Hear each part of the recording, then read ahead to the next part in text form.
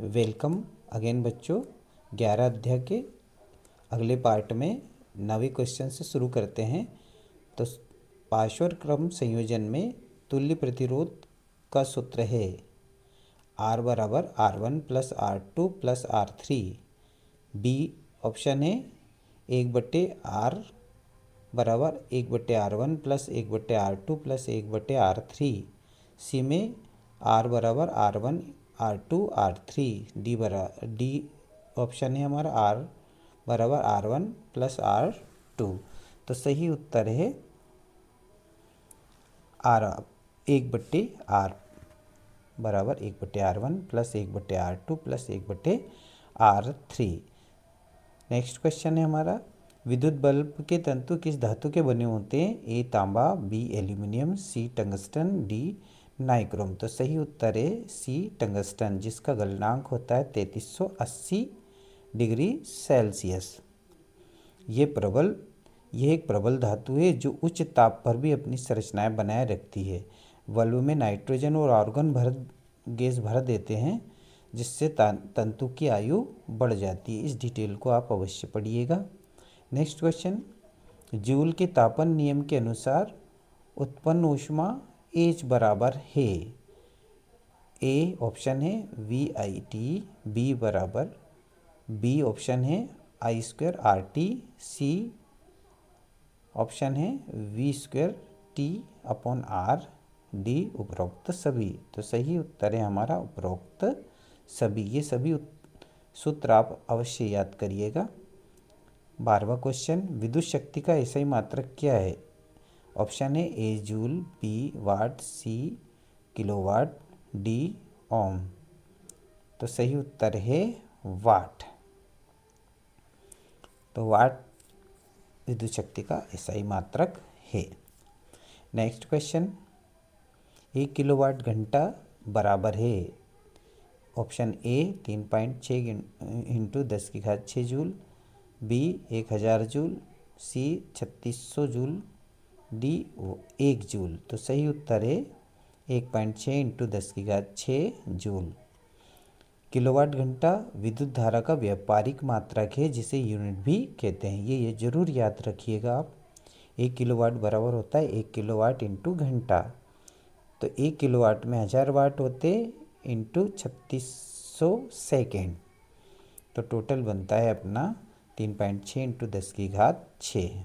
ये जरूर आप पढ़िएगा। 14वां क्वेश्चन, फ्यूज तार किस सिद्धांत पर कार्य करता है? ए विद्युत धारा का चुंबकीय प्रभाव, बी विद्युत धारा का तापीय प्रभाव, सी विद्युत धारा का रासायनिक प्रभाव, डी इनमें से कोई नहीं। तो सही उत्तर है बी विद्युत धारा का तापीय प्रभाव। इसका डिटेल भी आपको याद करना पड़ेगा, क्योंकि ये परीक्षाओं में पूछते हैं। फ्यूज तार विद्युत धारा के तापीय प्रभाव पर आधारित एक सुरक्षा युक्ति है। जब परिपथ में निर्धारित मान से अधिक धारा प्रवाहित होती है तो फ्यूज तार का ताप बढ़ता है और यह पिघल जाता है, जिससे परिपथ टूट जाता है। फ्यूज में उचित गलनांक की धातु या मिश्रातु एल्यूमिनियम, कॉपर, लेड का उपयोग होता है। ये उपकरणों को क्षति होने से बचाते हैं। नेक्स्ट क्वेश्चन हमारा 15वां, प्रतिरोधकता का एसआई मात्रक क्या है? ओम, ओम मीटर, ओम अपॉन मीटर, ओम मीटर अपॉन ओम। तो सही उत्तर है हमारा प्रतिरोधक का ओम मीटर। यह भी जरूर आप याद करिएगा। नेक्स्ट क्वेश्चन है, वोल्ट मीटर को परिपथ में कैसे जोड़ते हैं? ए श्रेणी क्रम में, बी पार्श्व क्रम में, सी दोनों में, डी इनमें से कोई नहीं। तो सही उत्तर है अपना पार्श्व क्रम में। नेक्स्ट क्वेश्चन, घरेलू विद्युत परिपथों में किस संयोजन का उपयोग होता है? ए श्रेणी क्रम, बी पार्श्व क्रम, सी मिश्रित क्रम, डी कोई नहीं। तो सही उत्तर है पार्श्व क्रम। सभी उपकरण हमारे घरों में जो लगे होते हैं सभी पार्श्व क्रम में जुड़े होते हैं। नेक्स्ट क्वेश्चन, विद्युत हीटर और इस्त्री में किस मिश्र धातु का उपयोग होता है? ए कांस्य, बी पीतल, सी नाइक्रोम, डी स्टेनलेस स्टील। तो सही उत्तर है हमारा सी नाइक्रोम। ये भी पढ़ना आवश्यक है। विद्युत तापन युक्तियों जैसे हीटर, इस्त्री, टोस्टर में नाइक्रोम मिश्र धातु का प्रयोग किया जाता है। नाइक्रोम निकेल, क्रोमियम, मैग्नीज और आयरन की मिश्र धातु है।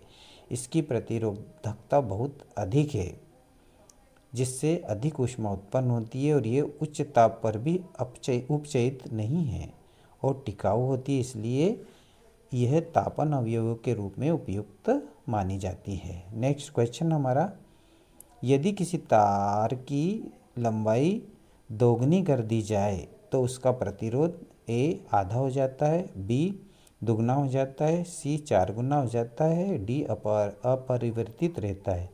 तो प्रतिरोध दुगना हो जाएगा। आपको पता है कि किसी चालक का प्रतिरोध उसकी लंबाई के अनुक्रमानुपाती होता है।